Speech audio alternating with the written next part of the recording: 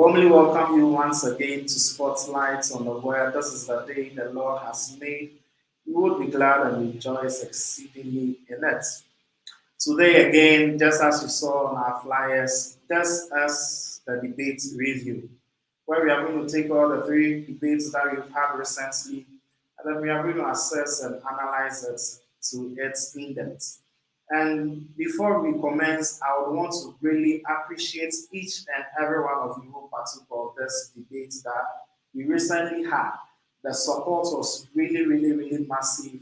And you could see a lot of people with that earnest desire to be able to study, both those who were atheists and then those who were Christians alike.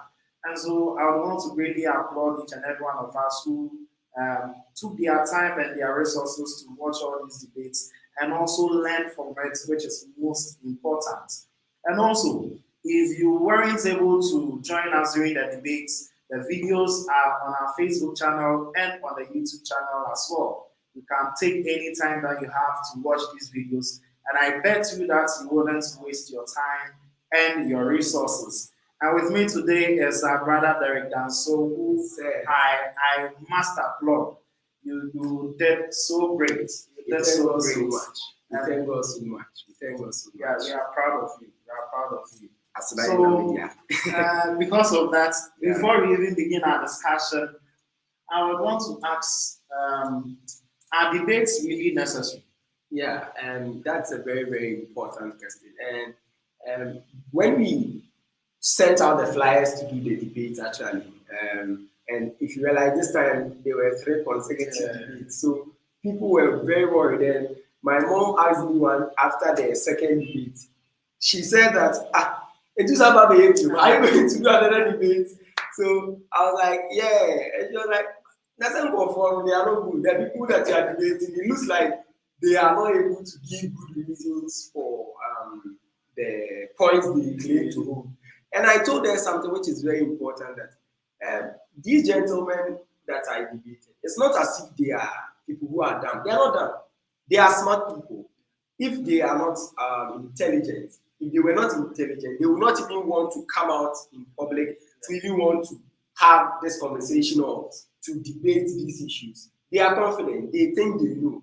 But the problem is that the positions they held were completely wrong, and that plays them there. So debate is very important. It's so important. And when we go to the Bible, we find instructions concerning that. Because as Christians, one thing that we are commanded to do, and you see, in Christianity, I mentioned this last week at University of Ghana when I was teaching the topic, Proof for Existence of God. I mentioned that when it comes to Christianity, it's not all about don't do this, don't do that, don't do that. That's not the kind of Christianity we have been called to. But rather, we've been called to do certain things. And one of those things is to do apologetics, to defend the faith. And one passage that, if you have listened to Spotlight on the Web, you have one that we always mention is 1 Peter 3, verse 15. So if you don't mind, we'll quickly go there. And this actually gives us an instruction or a command that as Christians, we ought to do something. Because once we are in the world, people will definitely ask us of the hope that is in us. And we should be able to give a response. We should be able to give an answer to it. So when you read passage like 1 Peter 3, verse 15, it says this. But let none of you suffer as a murderer. Sorry, I'm reading 4:15.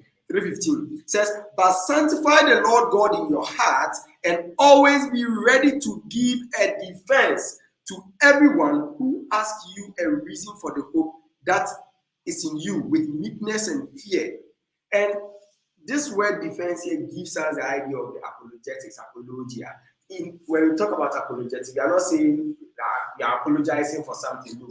We don't need to apologize for our faith. As in, we don't need to tell people we are sorry, we are Christians. No, that's not the point of the word apologia. It means giving people a reason for the hope that is in you. Sometimes, and it's good to do that because you live in communities with people where you have Muslims, you have atheists, you have skeptics who think like, you call yourself a Christian. Why do you think Jesus Christ came to this world? You need to try and give an answer to it. And this is not just the only place we can find this. When you go throughout the Bible, especially in the New Testament, you realize that Jesus Christ himself, throughout his ministry, he did what I would call apologetics. Because the Jews and the Pharisees, by the time Jesus Christ came into the world, they had corrupted the law God gave to the Israelites. They were practicing something different. So he had to straighten them out. And whenever he met them in public, he told them, you have heard this, but I tell you this, using what they already know. So when we do apologetics or when we do debates like this, we are trying to tell people what actually is in the Bible, not what they think the Bible said. So it's very important. And one example I can give you is Paul. Most people know Paul, and they think Paul was just going about preaching. No. In Acts chapter 20, verse 20, the Bible says that he entered house to house and also in public doing what? Having dialogues with those who were present. And in chapter 17 of the book of Acts, we are told that he entered a place, mostly he would find himself in synagogues, challenging the scribes and the Pharisees, those who are the top dons of the day, those who say that they have the knowledge. He will not go to, he went to the market to preach, but he also went to places where I would say schools. Very good. And at a point in time, the Epicureans and the Stoics in chapter 18 told Paul that you are beside yourself. Some person you are mad. You are a vain babbler. What new teaching are you bringing? Bring it and let's all hear it. Why? Because Paul did not hide his message from the scholars of the day. He challenged them head on and Christianity survived. So if people come up today and tell us that the Big Bang is the cause of the universe, we should, as Christians, stand up to them and tell them, no, you are false. Why? Because the evidence says otherwise. If people come up and say Jesus Christ is not God, why do you say Jesus Christ is not God? We don't need to hide from it. And let me add this, that truth is not afraid of query. If you have the truth, you are not afraid of somebody. Somebody says this, if you are not a thief, when you see the policeman coming, you don't be scared. But if you're a thief, the moment you see the policeman, you start shivering. So I think it's very important that we understand this from that perspective. So debating, it's not just, and I should say this, because some people read verses in the Bible, I think 2 Peter 2, where it says that the man of God should not be engaging in useless arguments. So people think having debate is useless arguments. But there are two different things. I don't just get up, and that's what people think. And I could see that after the debate, you get people sending me, I want to debate you. And I go like, I don't just get up and come to people and say that, okay, spotlight on the way, charity, you want to go and debate. No, we assess a lot of things. Is it important? What will come out of it? We don't just get up and just go and argue. And normally we have backdoor conversation before it comes to public. You don't just get up and come out and say, maybe you debate. No. And that could even resolve issues before it comes. So when we have conversations and realize, okay, even the person had an issue with A, B, C, we quickly resolve it and it doesn't need to come into the public. Because the aim is not to win an argument. Debate, the religious debate, the aim is not to win an argument. The aim of it is to find the truth. And Joel, the interesting thing is that the only time you see error and truth at the same time is in the debate. Because in the debate, you have opening statement. So I finish my opening statement and you also present yours. So if I am telling lies, you are going to present the truth at the same time. So those listening, they have the opportunity to hear the truth and the error at the same time. And that is why my mom and other people who listen to the debate, they went like, these people are not saying anything.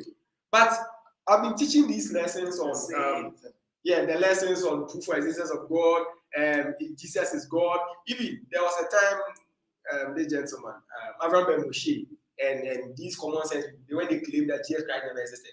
I did a review, I did a response to it. But I don't have people, they don't appreciate it. They think you are just making it up. And if you can, so when you do a debate, the person who is making a false claim is here. The person who is making the truth claim is also here. So, if what you are saying is true, respond to it. And from the 3 debates, I've done 4 debates. It has been so obvious that they don't have any point against Christianity. They don't have any point against the Bible. And sometimes I get when people say that because you have people who are not prepared well and they go and have debates. Yes, and when that happens, you are not going to. I mean, when I'm about to end the discussion, I would mention what went into the preparation. People have no idea. Days, weeks, and so we have the truth, yes, but you need to prepare well, not to go and win an argument, but rather to make sure the truth, one, we are protecting the truth, and two, we are making it clear to our opponents that what you are saying is false, so that it will help. And at that point, I mean, this is, from the debate, that was one of the opportunities for us to have AETs coming to listening to us. They will not listen to you under normal circumstances. So this gives us a very good opportunity. I think that point is very true, because a lot of times you hear people complaining about why do people like debates. And for myself, the third one, for instance, I was like, isn't Derek tired? Because Sunday, then Thursday, I was like, wow, if I was the one, I would have been broken down. But you see, that's simply the case. The point that you made, that if truth stands on the test from error, truth wins.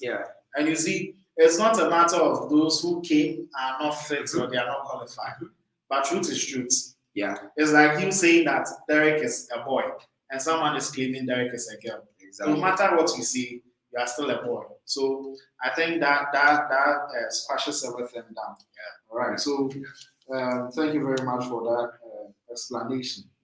And then I would want us to take the debates and then just for something like a reminder on what we studied in Is Jesus God? Does God exist? And then the origins of the universe.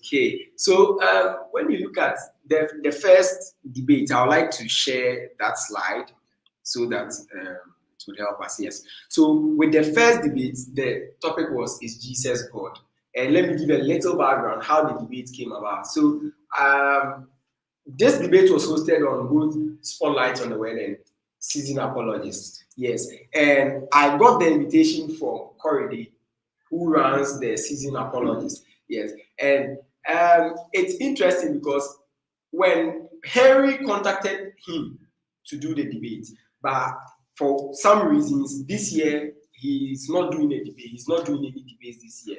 I mean, he's been doing so many debates in the past, but this year he chose not to do the debate for some other reason. So, and because Henry was an atheist, he mentioned that I do videos and lessons on atheism. So why don't I pick up the debate if I am interested to have the debate with Henry? And I told him, Corey, for the past 4 years, after, remember the last debate we had in KNST with Hoffman, who was an atheist. Almost, I've had about 4 or 5 debates being cancelled. Yeah, they won't be run. I don't want to use the word running away, but almost every time the debates, they call it off. Yes, and sometimes people think we don't plan it well. No, sometimes if you remember, we arrange things 2 days to the debate. Muslims, for example, 2 days to the debate, the Muslims go like, they will not do the debate again. Abraham Ben Moshe. So let me use the opportunity to say this. People have been worrying me a lot. Hey, go and debate Abraham. When I actually personally remember, we sent a letter to. We had a conversation with Abraham myself. I spoke to Abraham plus DJ Fuad. I spoke to them. We made arrangements. The debate was going to happen. He accepted. So when we sent out the first announcement that we are going to debate Abraham Ben Moshe, I think under my name it was placed there, Church of Christ member or something. Then Abraham saw it and went like, if I'm a Church of Christ member, then he's not going to debate me, and that he needs Dr. Danumusule Siama and a whole lot of things. So he declined.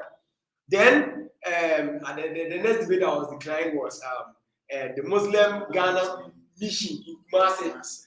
We also planned. First, we were going to do it in. There was a place we were going to do it, and the police told us they were not going to let us do the debate there because it might bring chaos. So we shifted the venue, and 2 days to the debate, they called it off. Then there was another one. There was another debate. I think Kenta. Yeah, down to Muslims, the same Muslims, they called it off. Then the last one was Mr. Emmanuel Ebisa, who is an elder at Pentecost. Yes. We had a conversation, and he actually told me that he wants us to debate on 10 good topics. 10. I accepted them. You see, sometimes people don't get what goes behind the scenes. So when we put things in public, they think we are just saying things and we don't know what we are talking about. But he told me he wanted us to debate on 10 topics. He will select 5 topics. I'll select 5 topics. Our correspondence is still there. I selected 5 topics. He selected 5 topics. We were making arrangements. At the 9th hour, 11th hour, he said he was not going to do the debate again. Why? Meanwhile, he did a video challenging all the Church of Christ in Ghana that he wants to challenge the Church of Christ to a debate, and he just called it off. So when you go to YouTube, you have a debate. I captioned it breaking news because I just could not believe it. For him, I knew he was going to allow us to do the debate, but he called it off. Yes. Then I decided. The entire team said, "Charlie, no more debates. No more debates for you because it was too much." So I accepted it.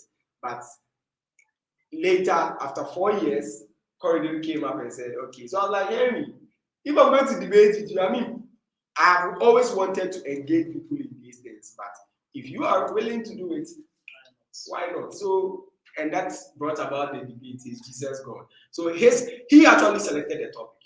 He said he wanted us to debate on 2 topics. This one is Jesus God and the inerrancy of the scriptures, whether the Bible is like there's no error in the Bible or everything is okay in the Bible. That is what he said he wanted us to debate.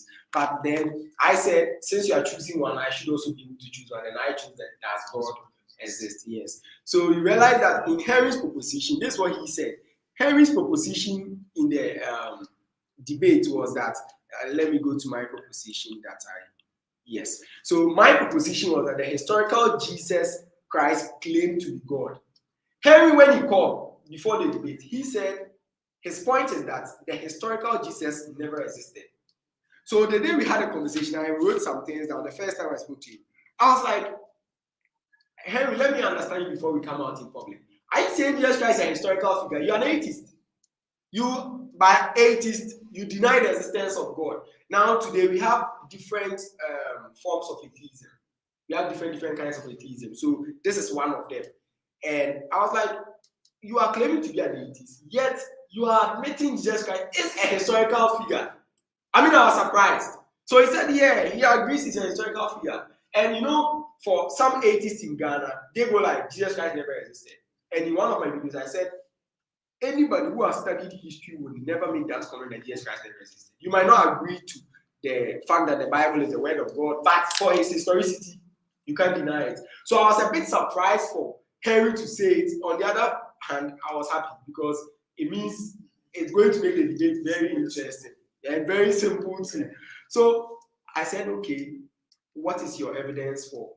Before we came out in public, I said, "What is your evidence for Jesus' historicity?" He said, "Okay, some historical figures have mentioned his name." I said, "That's it." So I thought he would go and do research before the debate. No, he didn't go and do any research. And I'm sure he would come and watch this maybe later on. He didn't go and do the research. And I also asked him in the pre-discussion before we came to public that, what is your definition for God? Trust me, I wrote what the discussion before I wrote it down. Henry had no answer. He was shocked that I'm asking him, what is the definition for God? He was surprised. So I told him that, Henry, you see, the best thing for you to do is find the definition for God. Then Corridor told me that he thinks I should just hold on and let's see the debate. You get it? I said, okay, that's fine. Let's wait. So I told him he would go and do the research. Debate came, debate day was here, and Henry has still not done the research. I was like, so in the debate, his points were these. Instead of focusing on, he said the historical Jesus never claimed to be God. So if you are going to prove that the historical Jesus never claimed to be God, the format he chose to go was this. He decided to attack the inerrancy of the scriptures. You get it? He decided to, and I think that was a smart move, but it fell outside the scope of the debate. And he should have also done a research on who he was going to debate, because I took time to look at his social account, the things he does, and that's one thing I do before I debate you. I'm saying it in public. I do a thorough research on the person before I come out. anything you have posted, if it's available, I'll read it. So I went to his play and I looked at it, and he had made a lot of those alleged contradictions. And I realized, you are claiming that the historical Jesus never claimed to be God. So unless, of course, you are taking the Bible as a historical book, that you can now go like, okay, the Bible is a historical book, but it doesn't give some accurate account. So let me refute it. But if that is not the case and you denounce the Bible completely, like he does, you don't use the Bible, then take out the Bible, go to history and show us where Jesus Christ said in any of these historical accounts that he's not God. If you can do that, then you have met the proposition you are debating. Did you get it? But he chose to come to the Bible that he is claiming that this is false. So I remember asking him before the debate that what would be your primary source evidence? If it is the Bible, I can also use the Bible. So he said before we came that it's the Bible. That is why my presentation, when you look at my presentation, I was going with the Bible. If he had argued, he had told me before that historical Jesus claimed, so I'm not going to go to the Bible to construct the life of Christ. I'm going outside the Bible. Then I can also go outside and show you. You get it? But once you are making your claim from the Bible, to some degree, you are accepting the Bible as a historical account. Maybe there are some errors, but you are accepting it. And these are some implications, I think, when Christians, we get opportunity to have dialogues in public, we should highlight on. We should capitalize on. We should understand the topic and not give room for the skeptics to. Yes. So he did not, maybe he didn't think towards that line. So that was the aim. And I mean, once he shifted to alleged contradictions, it was a nice tactic. If I had followed him, I would not be able to respond to all the.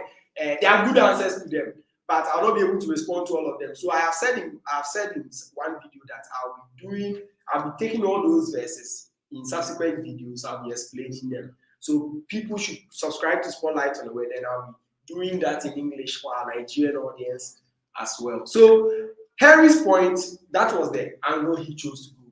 Attack the integrity of the Bible. Okay, this verse says that verse doesn't say this. Therefore, then it contradicts. So Jesus cannot be God, because even the source is contradicting itself.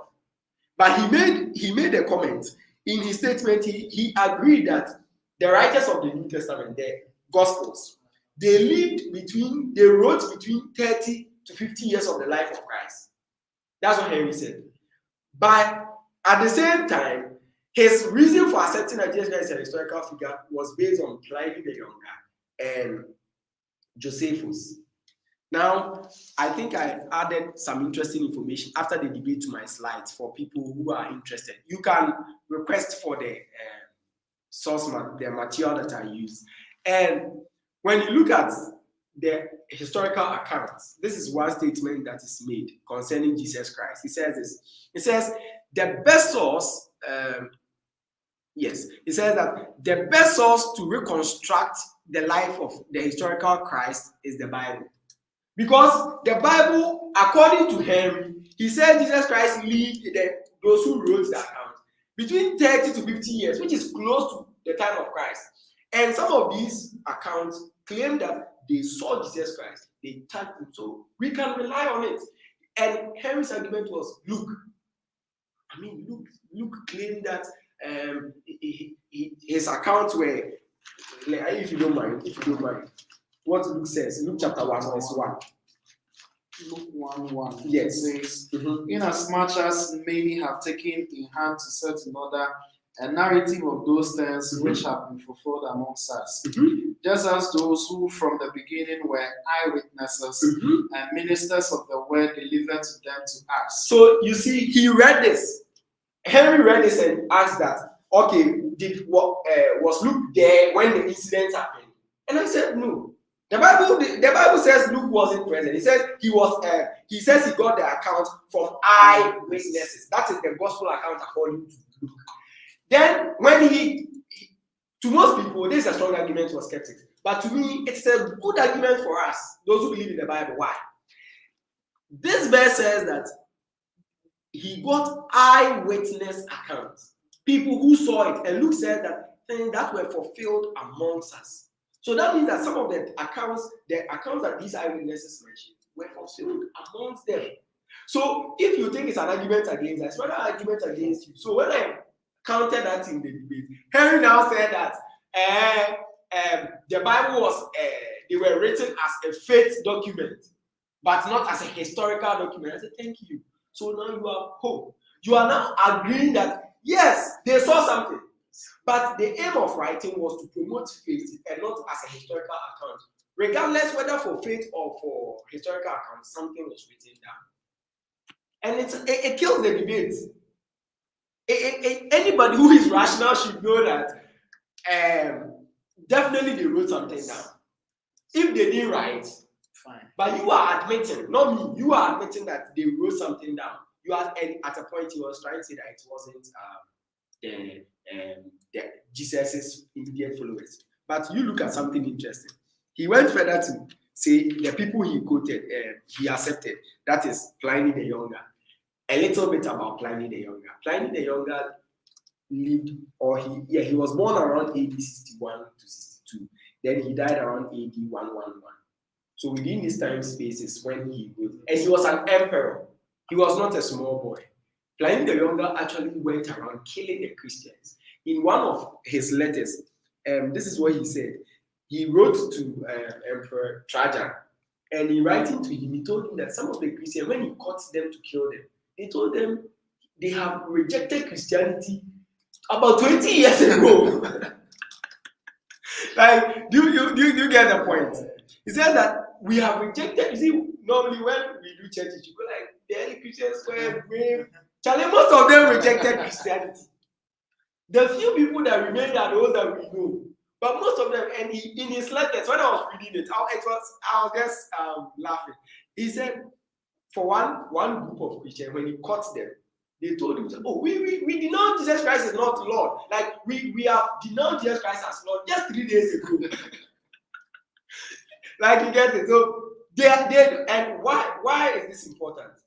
Pliny the Younger, according to Henry, the 80s, he is saying that Pliny the Younger is a source for saying that Jesus Christ existed. According to Pliny the Younger, for you not to be a Christian, you need to agree that Jesus is not God. Just imagine. So the history, not Bible, the history confirms that even Pliny the Younger admitted that the early Christians viewed Jesus as God. So that is why I wanted him to confirm his primary source. If it is not the Bible, we are going to your Pliny the Younger. Pliny the Younger actually admitted that Jesus Christ, the early Christians worship Jesus as God. He didn't care about what Christianity is. But the point is that in his writing, that Henry agrees that those writings confirm that Jesus Christ existed. He also added that the early Christians viewed Jesus as God. So what is his point? Then he went to Flavio Josephus, and it was so funny because Henry had not actually read what Flavio Josephus wrote. And so when he mentioned, I was like, Henry, so if I show you where Flavio Josephus also wrote, linking Jesus Christ to linking the early Christians to the worship of Jesus Christ as God, would you then stop the debate? Then he got angry. He did not want to stop. So I was like, Henry, relax. Because if I can present that, it's not there. So when we read what Josephus said, and it added that Jesus Christ was viewed as the Messiah. He said, but he was viewed as the Messiah, but not as God. And I said, I showed you in my slides. It's here. Let me see if I can. Yes. I showed it. And these are some more information that I'll just come back to. But I showed it in my, concerning where Jesus Christ claimed to be God. That he claimed to be the Messiah. Where is it? Yes, in my fourth point, that Jesus Christ actually claimed to be the Messiah of the Jews. And the Messiah of the Jews, if he was to come on it, would be called God. Emmanuel, God with us, mighty God. So he did not know that as well. So I told him, you should have at least done the research. And so he just gave up the debate. So when I was later sharing the slides to people, then I added this information to it, so for people to know that the historical, especially the manuscripts, these manuscripts, and this particular one there, P45, the Papyrus 45, it's one manuscript that has most of the Gospels, or the four Gospel accounts, plus some portion of Acts. One of the earliest, and it is dated around 200 to 250 AD. I mean, this is copy of copy. This is not original.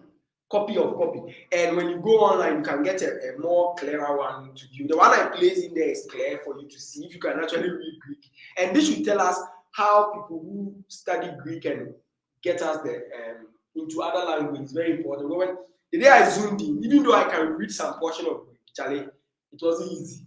So those people, you see someone are talking to someone, go like, Greek, they say, you show him a Greek manuscript, I don't even know where to start from. You get it?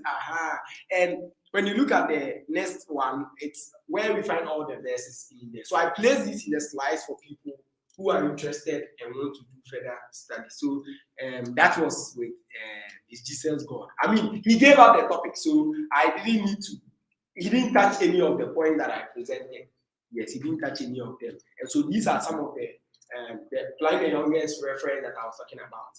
Then in the debate, I didn't have it there because even though I knew he would do that, it didn't occur to me to put it in there, but I've updated it. Yes. And this book too, I have it. If you need it, you can request for it. Can We Trust the Gospels? It's a very good book. It's a very good book. Then there are so many other books too. If you contact us, you get access to. So that was with Jesus God.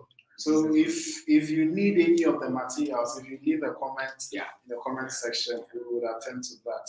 And I want to just read some few of the comments that we had under this particular debate. Okay. I think for some of them during the individual discussions, just looking down. But this is from Samuel Marfin. Okay. It says each gospel has a different Christology. Okay. The funny thing is, the earliest gospel, Mark, describes Jesus as not being perfect. That is Mark 10:18. You can verify whether that is there, because I checked and I didn't get his point. Okay. In this same gospel, Jesus wasn't born of a virgin, neither did he resurrect for anyone to witness him. And this is one point that I think many of them actually use. Okay. And I think in subsequent discussions it can be elaborated yes. That original Mark ends in chapter 16, verse 8. That is because you see, when you take the accounts or the manuscripts, you have some translations, some versions like NIV, they indicate that most manuscripts end in, we call it the shorter ending of Mark or the longer ending of Mark. But once we have other manuscripts that has a continuation, and I always say that people who make such claims is because they don't know manuscript evidence, or they don't know about what you call textual criticism, how we're able to construct all these texts back to its form. The oldest manuscript we have, the oldest for the New Testament, is called P52. It's like the size of, it's like this, the size of a credit card, something like this. That is all we have. P52, yet it is the oldest of them. Would you say, okay, because and I think it's John, it's some portion of John, about 2 or 3 verses, some few verses. So would you say that because we have just that one, all the others are wrong? That is false. We have so many manuscripts to help us reconstruct the text of the scriptures, 99%. So if you understand the process of how the manuscript evidence and how textual criticism is done, then it's ignorance to say that, okay, there is a shorter ending of Mark, therefore the rest is not part. There are other older manuscripts that have the other endings. Notwithstanding, when you look in other manuscripts, it's not there. It's like somebody saying that you read in NIV, you don't find certain verses in NIV, therefore NIV will deleted some. No, it's because the manuscripts NIV relied on to do their translation doesn't have those. It doesn't have those verses, so they will tell you that some ancient manuscripts don't have this. They don't say it is not there, but they will say that some ancient manuscripts don't have this, so they chose not to put it there. But there are other manuscripts, older ones, that have it in there. I mean, we have over 5,000 Greek manuscripts to help us construct the New Testament. So it's just a misunderstanding of how textual criticism is done. Yeah. And when you went on the subsequent gospel mass, I think the rest are this. And then, Okay, he made us comment again. This is Samuel Mafo. Mhm. I'm an atheist but believe Jesus existed. And you know, when I saw this comment from Samuel Mafu, I was actually I wasn't surprised, but it baffled me a little bit that Samuel Mafu is also admitting, because Abraham Ben-Moshe, he's a big follower of Abraham Ben-Moshe, and Abraham says Jesus never existed. Yet you have Samuel saying Jesus existed. So even within their own camp, there's confusion. You know why? Samuel has read. Someone studies, he knows that you can't claim, no historian can claim Jesus never existed. So he knows that Abraham is wrong, but he will not tell him because he's just a blind follower following Abraham. There was a time I did a video where Common Sense Family claimed that Jesus Christ, I'm speaking in Chi for those who don't understand Chi. I say, Jesus Christ, or say, Mama say you worship me. But when you read the Bible, in Chi, the key word for worship and service, they are all the same. But when you read that, Jesus Christ was talking about service. Say, Mama, say, Mumbe, summe. Me, mom, na me babe, ebe sum monti. Abraham said today, when we go to church, we should be worshiping Jesus. And when I said it, someone was like, said this one, it is true. I said, we need to go ask. Shame unto you. You get it. So, someone admitting that Jesus Christ is a historical figure, then it will be like Henry's case. How do you come to that conclusion? You can't run away from the fact that he needs to come back to the Bible. Yeah. Hey, it's interesting. Yeah. Very, very, very interesting. So none of the Gospels were written by eyewitness, so I think this one. Yeah, that is false. It's not true. And then someone also asked this question. Can I just add this? With Samuel Mafu, I have challenged him to an open debate. I mean, since 2017 or 2018, every day he gives an excuse. And the recent one he told me was that the mom, it's some trivial. And yet you see him on Facebook always. That's interesting because I've been seeing him every time, any post most of the posts I make that's related to maybe atheism or something. He will come and comment. Even this video, it's likely you later come and watch and put a comment. But when you challenge him to I don't know why they prefer comment section arguments rather than let's have a proper dialogue. I don't know why. Well, it's funny. He was actually live during the discussion, commenting live. So I was like, so if you can do this here, why can't you sit and then have the same debate? Wow. It's fine. Wow. And this one says, my question to Derek is, how did John get to know what happened between Pilate and Jesus? I think this one. Yeah, that was in John reference. Yeah. And I responded by saying that, how did Moses know what happened at the origin of the universe? Inspiration. Yeah, inspiration. So I think this one too will be covered in the election tradition. Yeah. So Matthew says, John said in Mark 2:25-26, this happened when Abatia was high priest. So I think this one will also be covered. So basically, I think these were the comments that most of them were for Jesus God. Yes. So I think that debate was. If you miss the discussion, I will entreat you that you go and then listen. And the point is, don't just listen. No. Take your pen and then jot down and you see one other benefit of debates, it gives you a perspective of those that you are going to speak out to. Yeah. Because just as you said, if the topics are being treated, and then most of the time you see when you are teaching, you mostly say probably the atheists will say, the atheists will say, but in debates they are saying it. Exactly. You have them there. So it verifies whatever thing that is being said. So kindly just make sure that you pay attention to everything that is said. Because we really need to reach out to everyone that is out there. They could be your friends, your neighbors. So try and then pay attention to the things that were discussed during the debate. So the second one is, does God exist? Yes. For that, there is very little to say because Henry wasn't ready. I mean, he underestimated the kind of conversation that was going to be we were going to have. And I was a bit disappointed because I felt he should have done. I mean, I have so many videos on. I've given all the reasons out there. So he should have just listened to me. And yes, because the aim is to learn. So the reasons why I'm saying God exists, counter them. Then I know you have a point. Because a summary of his argument was on the problem of pain and suffering. That was all. And if you realize, he was given 25 minutes and he spent about 11 minutes. He did not really prepare for it. And after his first presentation, which he even, and I will not change my mind, he copied. He just copied from some 80s, and I'm not saying it's wrong to, if you agree with somebody, to use the person's information. I do that a lot.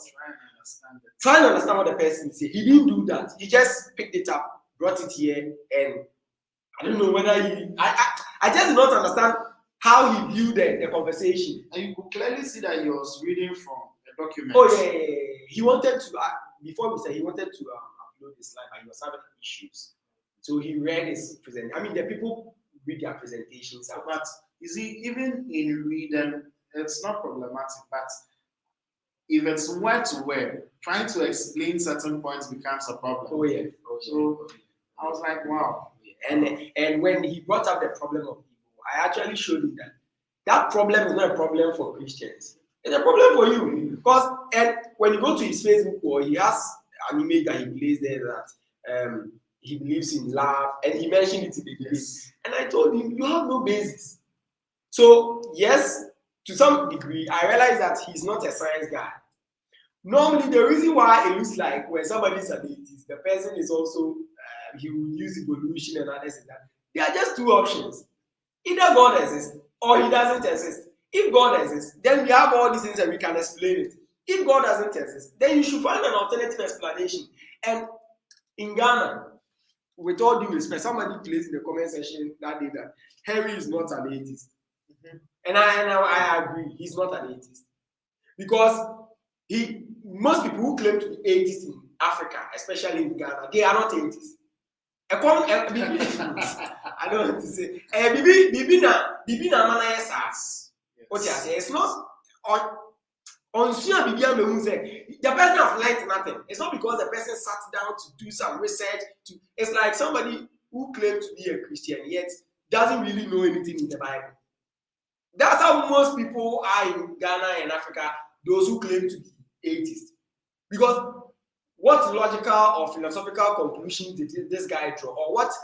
It was an emotional appeal. Exactly. And you see, most of the atheists that I've heard so far, probably from the African continent, you see that it's all has to do something with emotions. Yes. Something has happened, unfortunately, exactly. And then the person withdraws from. Exactly. And in Africa, one of the issues is also because of our hunger. The hunger is bad, the hardship. So when you look at how we are going through hardships, and you look at the Western culture, US, I mean, those countries, and it looks like they are flourishing. And people always think that when you go to these places, religion, there's no religion there. To the extent that one guy came to comment on one of our videos. We had a debate with him, not myself, Mr. Dominic Afonso. I've forgotten his name. Yahuda Quintana. Abraham Mbushe's guy. He came to the comment section to comment.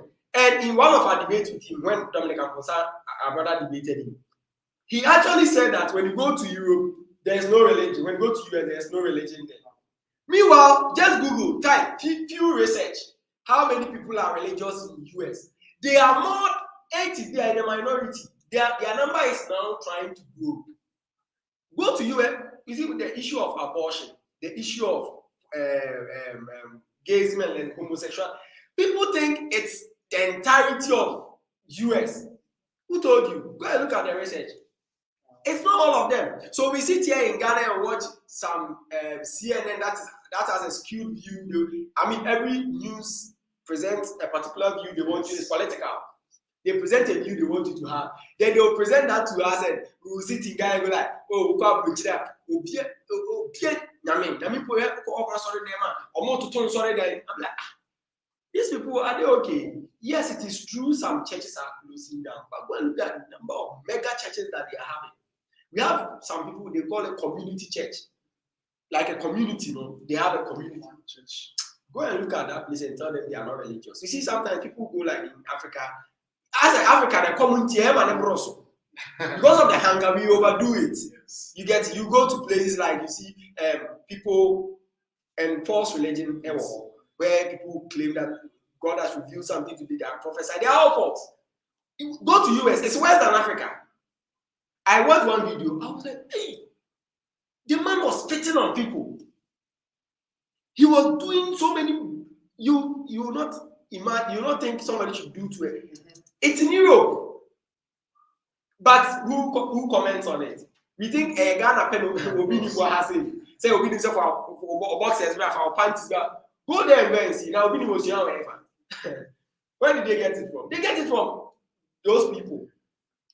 I saw one, they call something School of Prophet or School of Prayer or something. Watch some of their videos. You'll be shocked. It's not only in Ghana, and religion, it's part and parcel of us. It's part of us. Just that people have abused it. So when a Ghanaian a commanding up was say, on Caribbean or say, when I as I do one time there was this guy who called me after doing I presented on proof of existence of God. And this guy, a guy and a lady called. The guy called and the lady called later. When the lady called, she was just bored. I was like, take your time and talk. She was like, I don't have any argument. I can see some of my has entered the comment section. Yes. When you go to, how do you call it? When you come to Africa, the lady, whether the lady or the guy, one of them said that, God doesn't exist. Now, instead of me to use my time to do something better, I am wasting my time on this religion. And I told the person, I am an MPhil physics student for Christ's sake. What did you study? Sometimes our credentials, it doesn't matter. But sometimes it's necessary. Because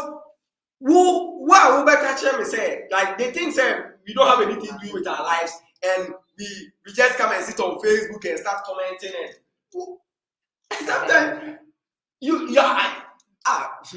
sometimes it's sad, it's so we don't people when you say things like that, there's some people like it's like you are boasting. No, it's not like you are boasting. We are letting people know that we know what we are saying. And just say you are going through my head. Now guess what the guy or the one of them said?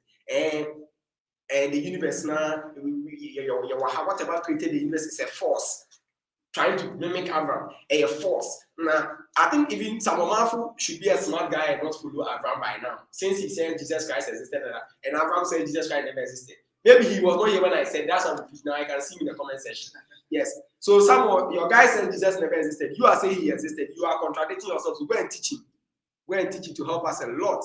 Yes. Then this guy or the lady, one of them told me, say, I asked the question: if you disagree with me that God exists, how did this universe come about? It says a force created it, but it's not the one. It's not the God in the Bible.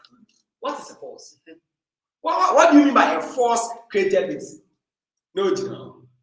And I said, to me will be. I said, to me, Ben. What is it? What is that power? You see, if you have spotted throughout all the debates, one thing I like doing is definition of terms. As a Christian, don't let anybody go without the person defining what they mean. So if you are telling me force, what do you mean by force? If the person explains to you, carry it forward. So I ask, what do you mean by force? To me, power. What do you mean by power? And I said to me, no. Relax. Relax.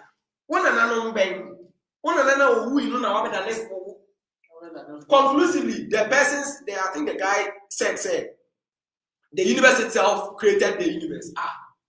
Let me see, you see, I'm being illogical. You don't have answers. You don't need to assume, you don't need to be, I don't want to, you don't need to be illogical. I don't want to say stupid. But you don't need to be illogical when you are telling me, say, and when we get to a Marcus debate, I'll mention it. Say, a supernatural created it. You are trying to tell me, so your explanation should be natural. Now, catch is a force in a creative. How can a force give emotions? Say, gravitational force, electrostatic force. It's causing you to feel like that. It doesn't. So you get it. So for an African arguing that does God exist, from my experience so far, most of them are not atheists. It's because, and those I've spoken to, like Henry himself mentioned, the mom died, and I sympathize with him, and I think that is part of the reason. But he was trying to say it's not that, but I think it's part. He said they took the mom to And you see, this is what we've been preaching about. These false people who call themselves men of God. You see, Henry mentioned, said they took their mom to all these prayer centers, and their mom, if God existed, their mom should have been well. I feel it. I really feel that, can I say, his sentiment. Because back in Obuasi, before I grew up, they said the man died or something. TB Joshua. This is it's something in Obuasi where we used to live. Say, this person went to TB Joshua's prayer camp. Obaye, challenge us in hospital. He should go. This person should go to hospital. He says he will not go. Adaya, he is well. TB Joshua healed him. Go to hospital. He didn't go. He was there and they said about a month or two. Then the thing grew bigger. By the time they sent him to hospital, it was too late. The doctors knew he was going to die. There was nothing that could be done. I heard on radio station when some doctors were presenting on this thing about prayer camps, where they take people there to work. Haven't you read in your Bible, James, that if any of you is sick, who do you call? Call the elders of the church to come and pray for the person. Is it take the person there? Are you greater than Jesus? Did you ever open any prayer camp? So when people see some of these false pseudo-Christianity, they think that is the true Christianity. And so now it makes the anger worse. And I admit Henry's anger from that point. He has been deceived. And that is the situation of many people who claim to be atheists. I think it's so bitter. It's so bitter to the extent that if you say, this thing, if God was there, actually God should have done something. And I admit it. Sometimes some of these things happen and it's hard. But my answer to that is that you should understand the purpose of life. It's like me asking, why was this phone created? This is an iPhone. This is a Samsung. There's no way here, Joe, you tell me, say, iPhone and Samsung, they all have the same purpose. Or iPhone and iTel. They are all I. But that's a fool. That's a bad. One is a phone and one is a tel. You get it? What do you mean can't you say iTel and iPhone? Even though they are all phones, they have the same purpose. No. Who this guy also got to iTel? You get it? I'm not undermining it, but it's hard. Obey on the purpose. Life has a purpose. If a fish decides to do what monkeys do, to climb to, what will happen to the fish? It will die. Life has been created for a purpose. If you miss the purpose and think we are going to be here forever, therefore, if an accident is going to happen, God should intervene and take you out of the car. And if a driver gets drunk, you all die. If you don't, now you fail. God has made the world like that. So you don't blame that on God. Like when we in 747, they start playing a crash here. Later we got to know, say, the fault was from the engineers. They knew, say, that plane, it shouldn't have been in the air. They still plane after some time, they can't be flown again. They didn't check that, and they still allowed it to go. So in that case, we wouldn't blame God. It's somebody's lack of common sense. Somebody's negligence. And you don't blame that on God. It hurts, but don't put it on God. You get the point. If you're going to put it on God, then when we have if you're going to put it on God, that means he exists. That's why I'm putting it on him. So then he exists. You get it? So it doesn't favor. Maybe that makes the point. If he doesn't exist, why would you connect him? Perfect. And you see, one other thing is many people believe Christianity to be something like a blind religion. Yeah.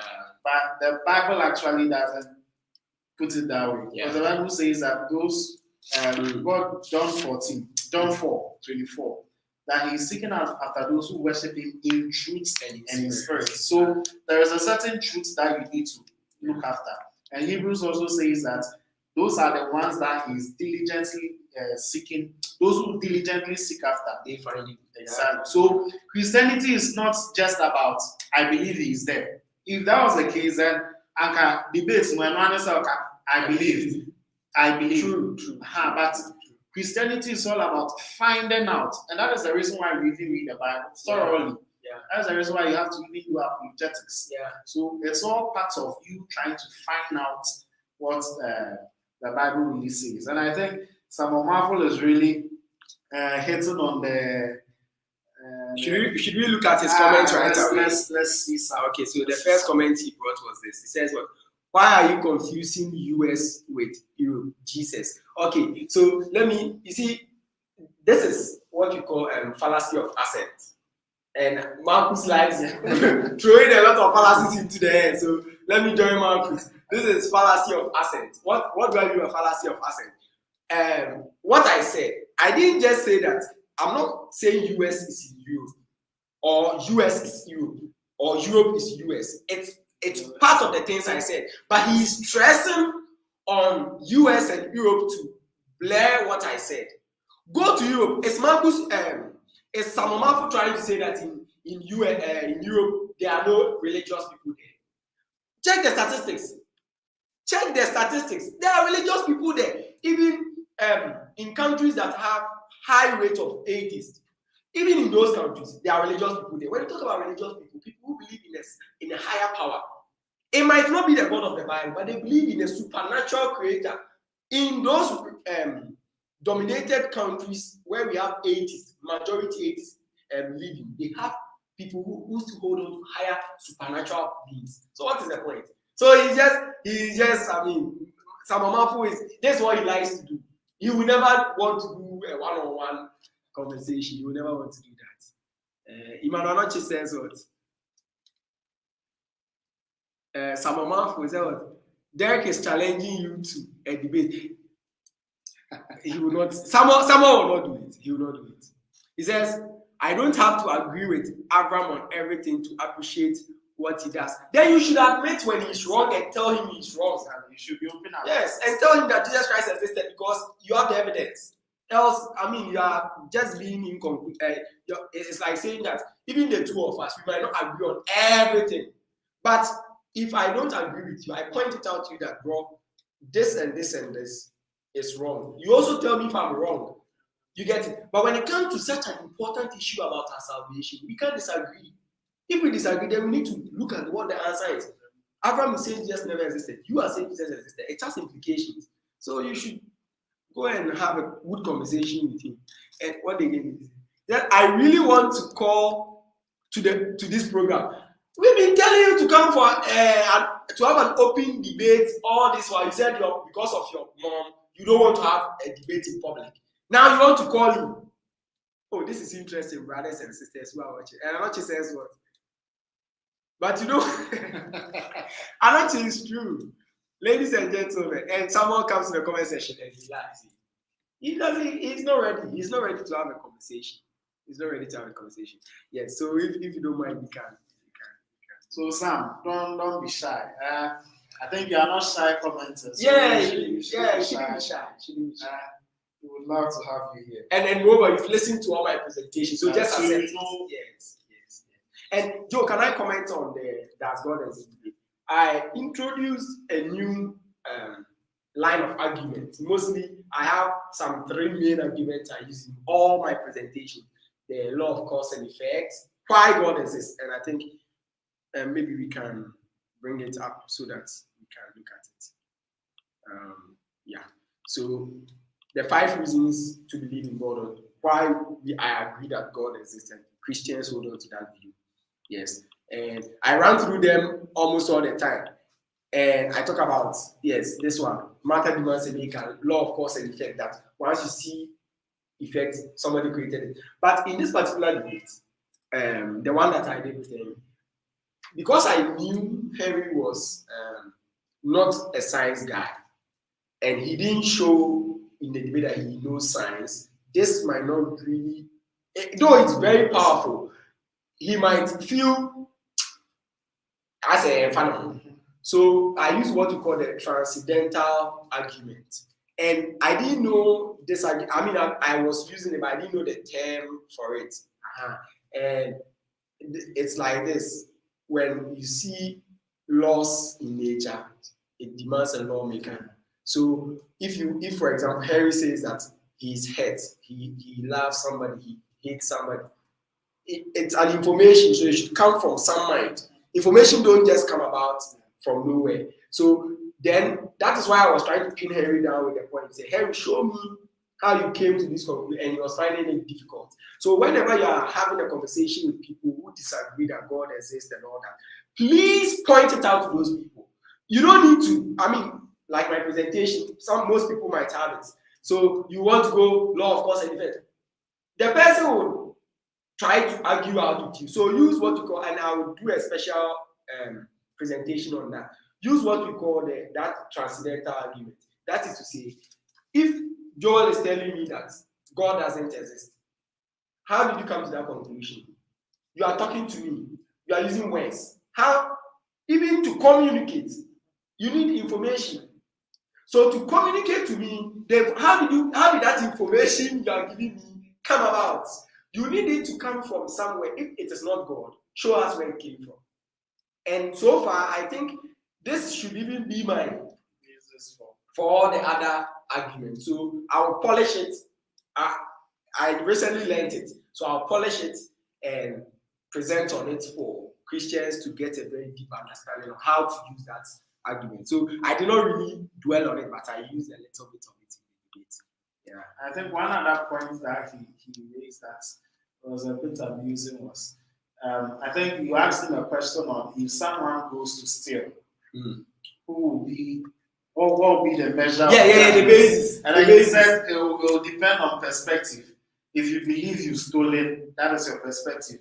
Then I was like, so I saw you in the comment section. Would it mean that the police will also have their own perspective and the courts will also have its own perspective?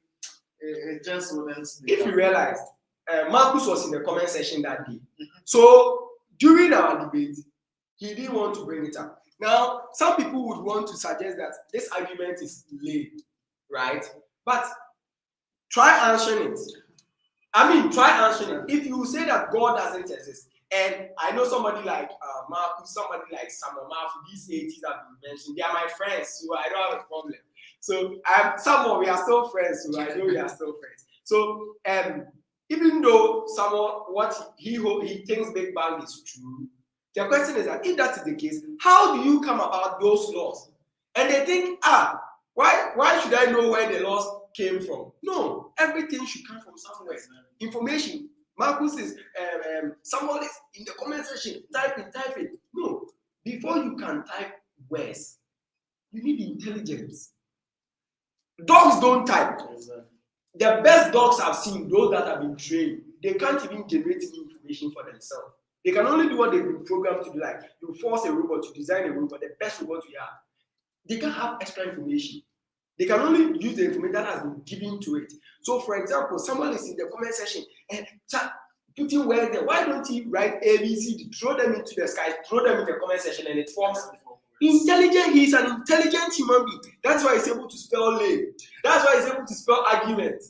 If he was not an intelligent guy, he wouldn't even be able to add a smiley emojis to it. So he's even confirming to us that God exists. You get it? So can random chances create intelligence? Somehow it doesn't work. You get it? So that was one good thing that I think. And even saying that Christians subscribe to the higher authority, wouldn't atheists also subscribe to the Big Bang theory as a higher authority?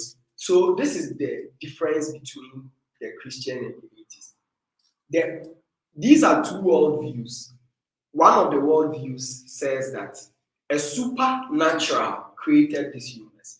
The other person is saying that there is nothing like spirit. So let me take two sides. Let me take this side as those who believe in God. So you are people. Then let's take this side as those who don't believe that God is not me, like those on this side. Those on this side. No, those on that side. You get it? So those on this side are saying that there's nothing like spirit. There's nothing like supernatural. So we are just stuck with the natural. And those on your side are saying that there's something called supernatural. Spirit exists. Evil exists. Evil spirits exist. Demons exist. All those things are on this side, right?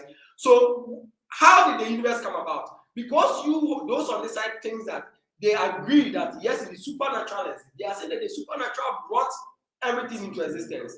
And those here who are just natural people are laughing at them. You people are not smart. So you believe in some spirits. How can spirits exist? Then they are laughing at you. Then you go like, okay, fine. Our spirits are foolish to you. So what is your explanation for telling us that how did the universe come about? Because if there are no spirit, how did the material create the material? You are foolish. If you think that material can create material from nowhere, because the laws we see in the universe says it doesn't work like that. So then those on this side say that, okay, we don't know how everything came about. We are still learning. We are still learning. In the future, maybe we will get to know how matter just popped into existence. Then those people go like, you are foolish. You are rather irrational. So these are two world views. So if you are telling us that the Big Bang is the cause, then we are asking, how did the Big Bang come about? And all the explanations, when you look at it, is false. I mean, you're saying you are misrepresenting it. And you see, that's a funny thing. You go ahead to prove further, and then this one will tell you, I have my view of atheism. Yeah.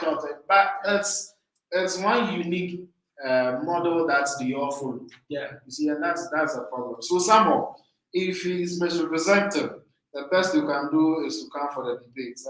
Which is not going to. Our time is far spent, so we need to wrap up with Marcus's. Yes.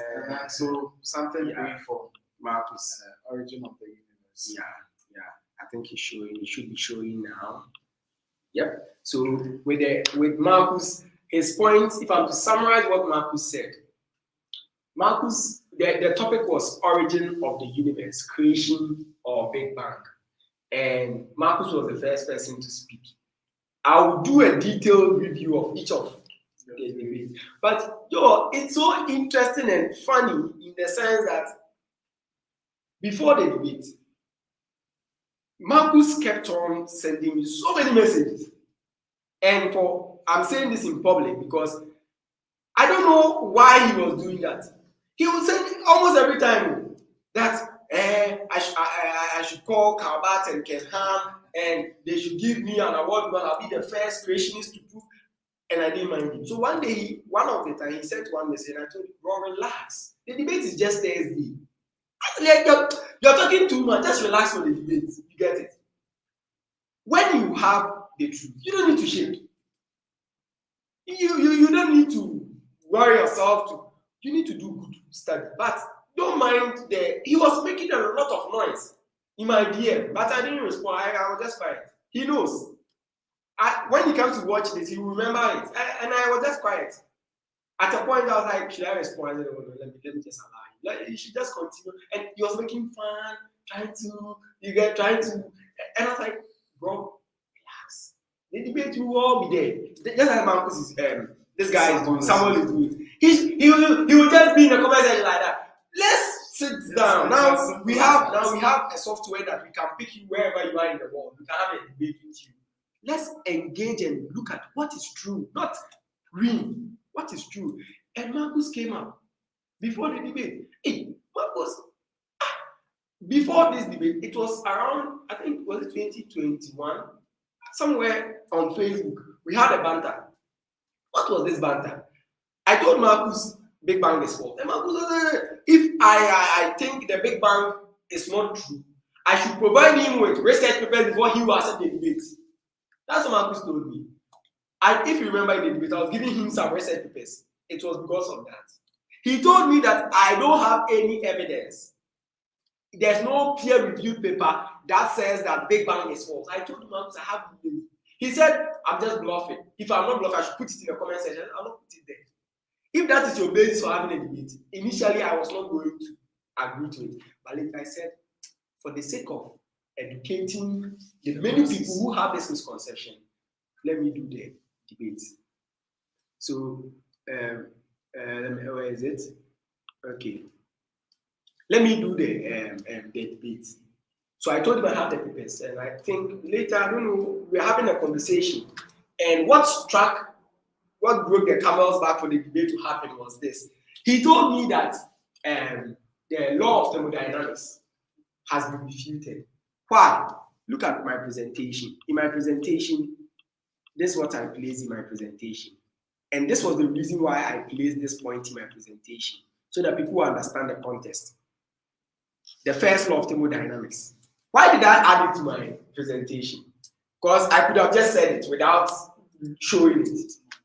I added it because this is what brought the debate.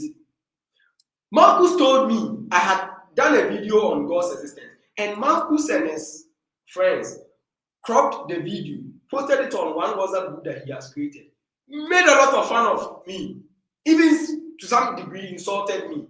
Twitter, I was there one day. I was enjoying my quiet time, Charlie. Then one of my brothers sent me a message. Charlie, Twitter for do a demo. I was like, Twitter for do a demo. Say, why would people be on Twitter insulting me? So he sent me the link. I went to check. When I went to the comment section, Charlie. Some guy he said GH skeptic or something. Even for him, I'll be if he perchance watches this, I'll be sending him a DM very soon. Hey, they cropped the video and Charlie said I don't understand evolution. The insult. Goodness. I almost responded in the comment section. Then I was advised by the team that it's not appropriate to go and comment there. Let's have a public, because they are saying it in public, so it will help that you educate everybody. And when I was going through the comments, I saw Marcus was there insulting me. So he was in the comment section. So I knew as for Marcus, I have his number. So I just contacted him. I was like, Marcus, yeah, this is this and this and this and this. I've seen you post on, and this is not the first time, I think twice or something. So if you're up for it, let's do a public debate. And again, he says he needs that. And one of my points was that the law of thermodynamics have actually, you can't have energy popping into existence.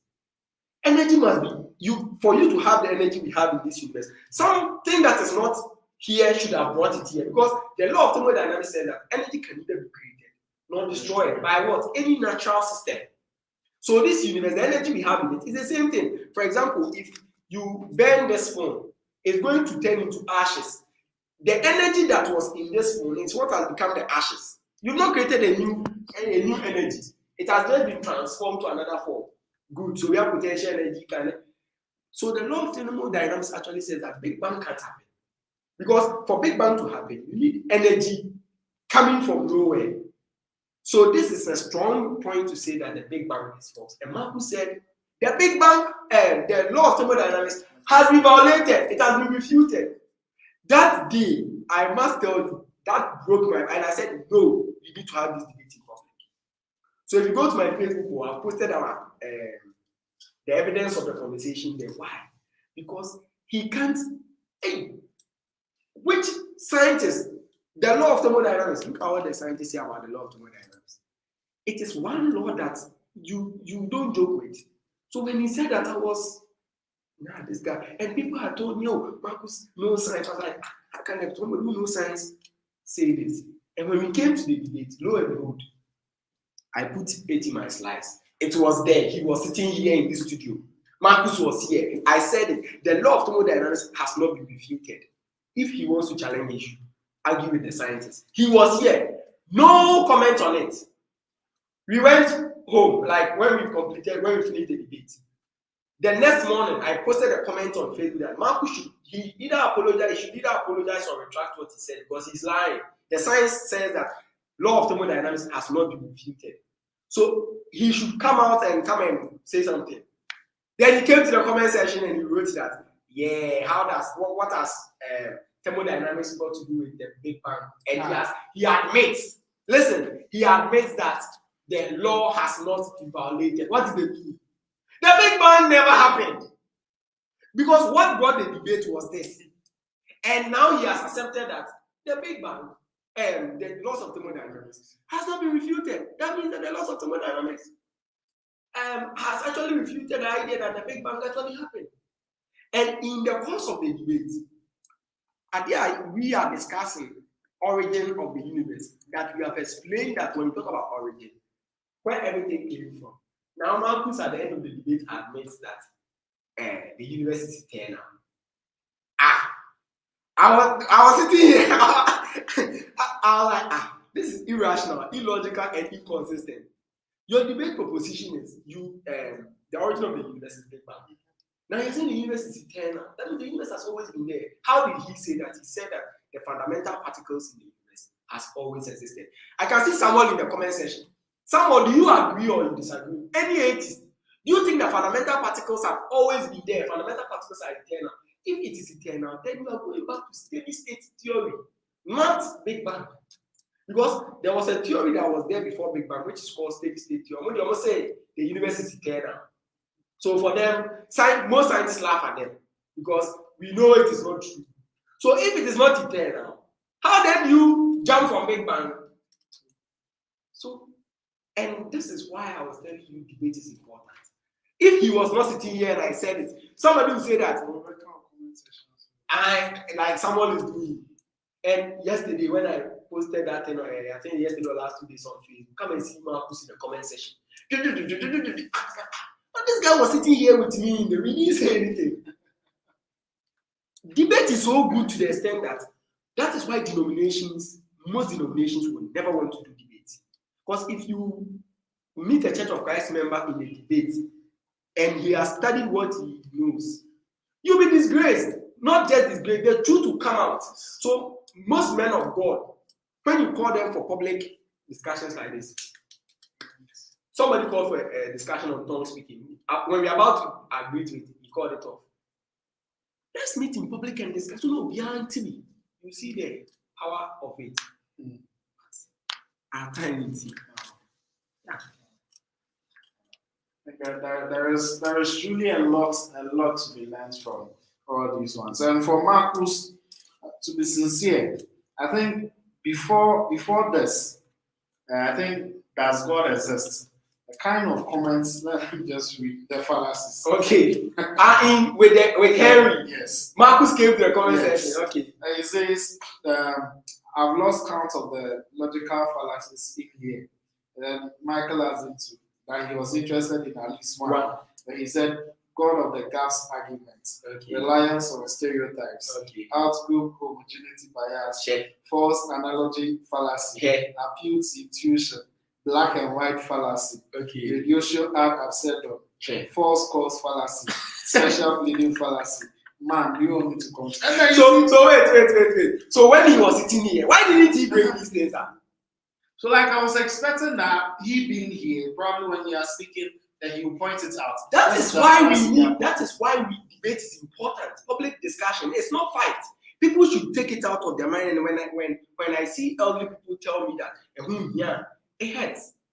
If you don't understand the concept of it, like somebody like one of my sisters, she can't watch a debate because she's scared. She told me she'll come and watch small and she'll stop watching. She says she'll come and watch small and she'll stop. When she comes to see me speaking, then she'll watch. But the other person, he said when the other person was speaking, she couldn't follow because she thought this person is lying.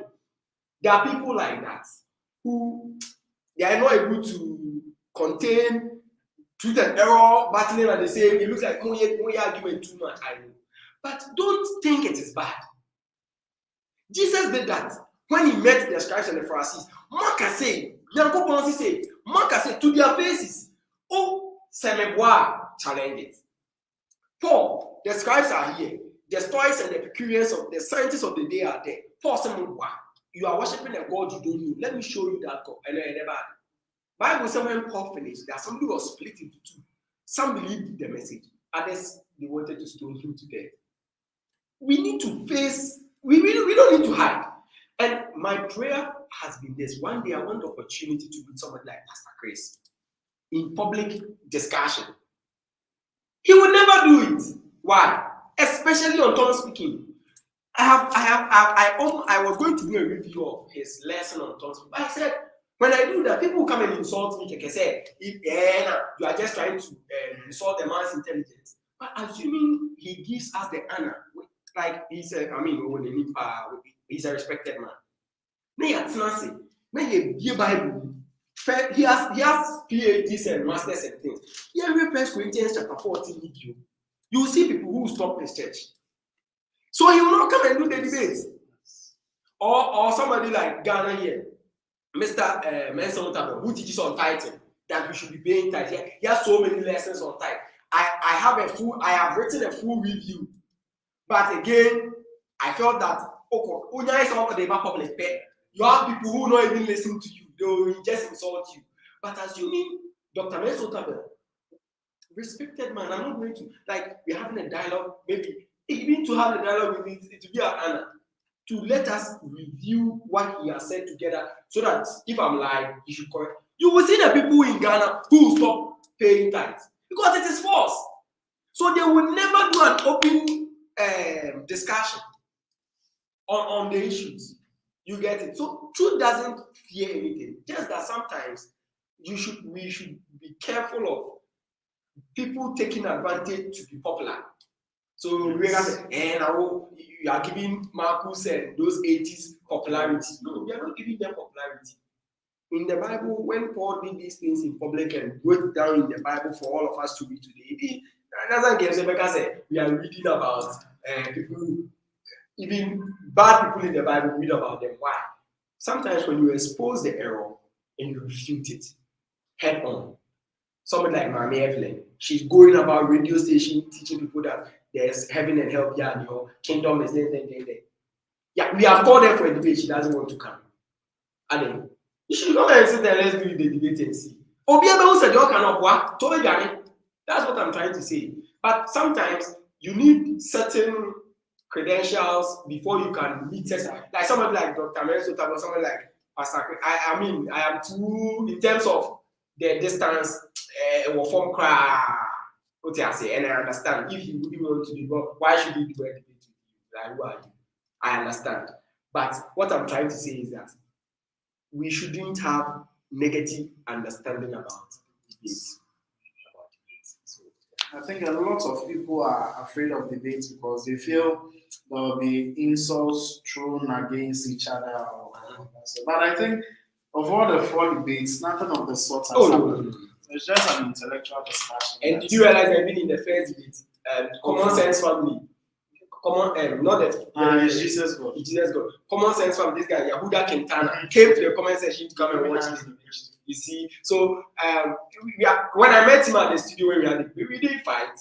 We had a strong disagreement. I told him to his face, Jesus Christ existed. If he thinks I'm wrong, he should let Abraham agree to the debate, and you will see where the truth is. When I told him that, we were all laughing, and he said, Papa, no, Africa. You know how they go about these things. And I said, so I say Jesus existed. I told the host for that radio station, they called Givings Radio. Givings Radio, I'm mentioning it, Givings Radio. I said, once they here on Facebook, I told the host, let Abraham know that if he thinks Jesus Christ did not exist, let's have a public. And you see, Abraham has had so many public dialogues, and maybe you might not be interested to have another one on the topic, but he has done a lot. I don't care, and I don't have a problem. But the point is that if there is opportunity to defend some of these things, our people should not have that negative understanding that, especially if the defender is doing his homework, is studying very well. We should really support it. Yeah. So I think we've really exhausted much of our time. So I think in concluding, what message do you have for us? One, in terms of how should we go? Probably not all of us will be up for the public debates, but how should we go about defending the apologetics? And then what are some of the measures that you put in place when you are preparing for a debate? Okay, so for this 3 weeks debate that we did, for most of them, like for Henry, once he told me we had just about 2 weeks, I think 2 weeks to the debate. But under normal circumstances, if you have an idea that you're, especially I'm talking about those who want to also do debates. If you are aware, so we'll be debate now, first have internal discussion before you come to public. Because if you all know about the public, you know what we still as a department, tiring, you get it. So you have conversation, you get to know what the person thinks. And people can say, "Oh, who debater? Hide your points from." No. Marcus sent me his. the presentation he used for the debate. He sent it to me ahead of time. Right? He is not scared. I mean, and I now know the woman and I copied work it. And when he sent it to me and I opened it, the things I was coming to see, they were all going to repart those days. So I didn't bother going through it like detailed. I studied it point by point. I didn't give anything to chance. Like I said, and what I was going to say, I have done over 2 months lesson on this. So he has access to it, and my slides are out there. But point in say, what person will be saying now in public? Study. I contacted Calvert. First debate with Hoffman. Okay, University. I sent him a message said, I'm preparing for a debate on God's existence. I know that the God of the Bible exists and I need guidance. What Calvert said was this: I should go and read this book. A Christian Guide to Modern Atheism. And that time when he told me I should go and read it, I had finished reading the book. So I told him I'm done reading the book. Then he said, go and watch my video. I have a debate on it. And he sent the links to his debate. I thought I've watched all of them. Then he sent those debate links plus Eric Lear on some of the videos he'd done. And I said, I've watched all. And he said, then you're okay. That's all he said. Then Dave Miller also sent, when I sent a message, I think it went to Apologetic Press, so they all gave it. Specifically, they have Obiawele Juma. So Dave Miller on the oil, we were the oil. So on the theism, Calvert responded. But I think I did something on the Bible and those things. Eric Leon and Dave Miller, I think they work. No, responded. They said, well, read ABC. And the interesting thing I was happy about is that the Okasa people read it. And they said, before Marcus debate, even though I've taught this over and over, like 2 to 3 days, now I had not properly slept. Reading, I'm still having effects from 8 till today. Now I can't sleep again. Like, time something that I can't even sleep again. You read. Don't leave anything to chance. This one, share. Books. Buy good books. And this is one thing that we are not. Books. Buy good books. Also, the free books. The number of books I've sent to this gentleman sitting here. How many of them are new? Oh, you see, there's a lot to study. There's a lot to study. So don't give chance to. I'm not sure say don't give small money chance. They obey me, but say yes, I'm not going to say. I said okay, because now I made them. Me casa me colher debate. Me casa me colher teacher.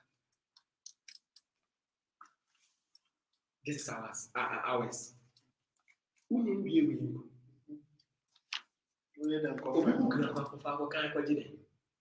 Immerse yourself in this. And I have 3 principles that I'll end my statement with. My whole life, this is what I've had. God is true. If God is true, then God can't lie, because his attribute will not make him lie. If God cannot lie, and he gave us this Bible, then the Bible cannot lie. If these premises are all correct, why should I leave the Bible? So you have to first immerse yourself in this. So your Bible not see as ye who the nyame asam kan. After say who fa amanfo ne mo man ye aka ho. Okay? So because you say Christopher subo nyem kwa, just say you pejam sana o kan bibia. So we see your Bible go so kwa. Who ya no ko kan obi material. And I would say if you want to say maybe I'm a Bible school, I've not attended a Bible school. Study. If you get an opportunity to go to, I'm not saying Bible school is bad over. It'll be there one day. I want to attend one of the best Bible schools in the world by Churches of Christ. One of the best. That's what I want to attend. You get it? But see, I don't know for Bible school.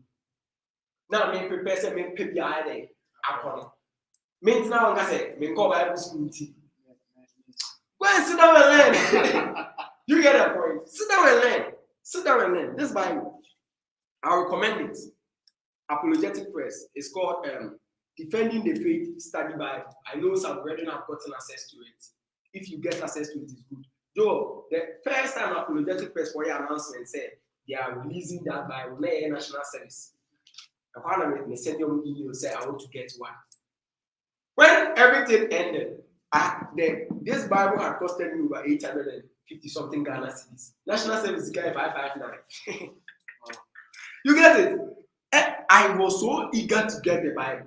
And I must tell you, since it came, it has not. And if you watch the debate, I was using this, especially when I was talking about big parts. You have all the. It's a Bible, but it's like it has resolved the alleged contradictions. It has given you those who claim that the earth is not is billions and billions. They have pictures here concerning the layers of the earth to show. It is a memo boss. I can be at last year's year. You know what I mean?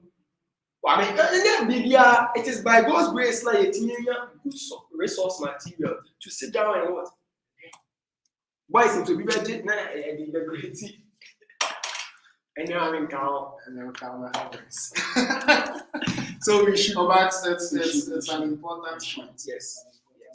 And there are some websites that later. Please subscribe to the YouTube channel because in your money does so the YouTube links, maybe websites are I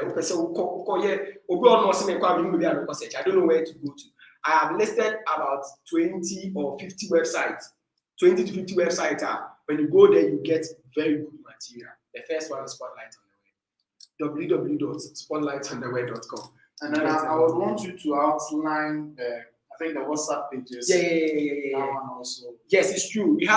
Let me show our last slide where we have the yes, you have access to Spotlight on the Web. Yes, these are the platforms, the places you can go to. But we have two WhatsApp pages where we have discussion. The aim of those two WhatsApp pages is say people go to Facebook and YouTube but WhatsApp and I'm not people anymore. So if you want to be on WhatsApp, and mostly pages they bring, the aim is you Bible was very now I better unnecessary things. Now you bombarded with on our pages, rules apply.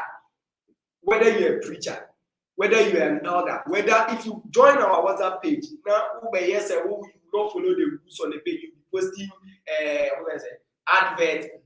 We will thank you for joining us. And you laugh as usual, delete you from the page.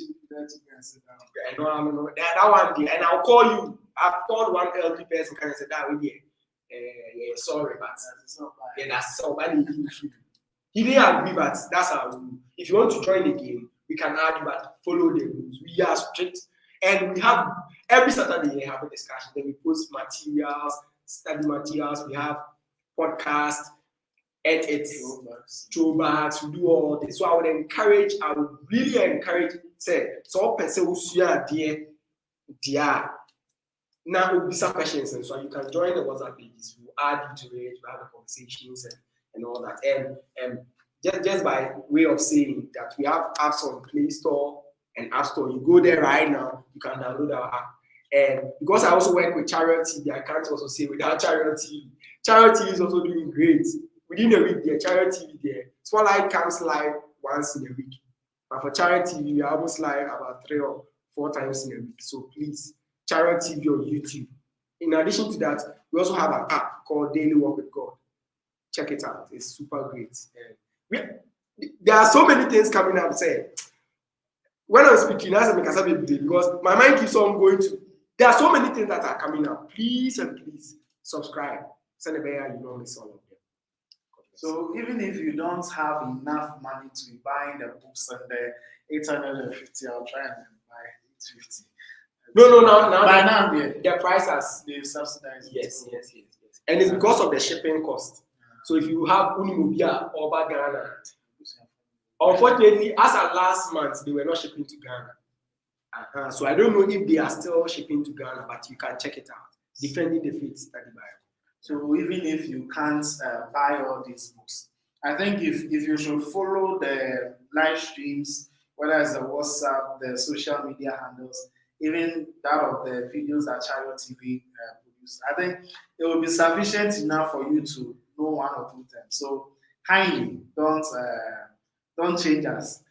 Always make sure that if it's a Sunday, whatever day that videos are uploaded, you do well to watch.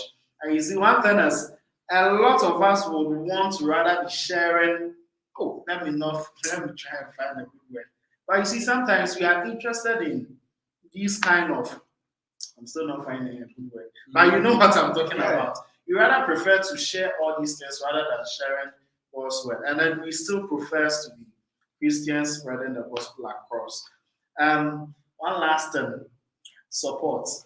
Yes. If you and it's very important.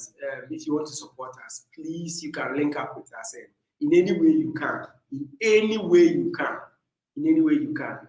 It helps us a lot because we are paying so much for all the things that we do. Our budget for every month is over 1,500 Ghana cedis every month. So and yes, it can be for somebody like you listening to us. So you can quickly help us with it. So sometimes, God bless you. You have done well. You have studied so much. It's good though, but also the 5 cedis it helps the greater cause for the word to also go out. So all the word for all the world is what Spotlight on the Word seeks to send across. So today we would end here. We spent a lot of time, and I would want to thank each and every one of you who joined this discussion. There are a lot of things that Spotlight on the Word has. So please, there are lots more that you can enjoy right here on Spotlight on the Word. That all, we know the truth. Bye bye.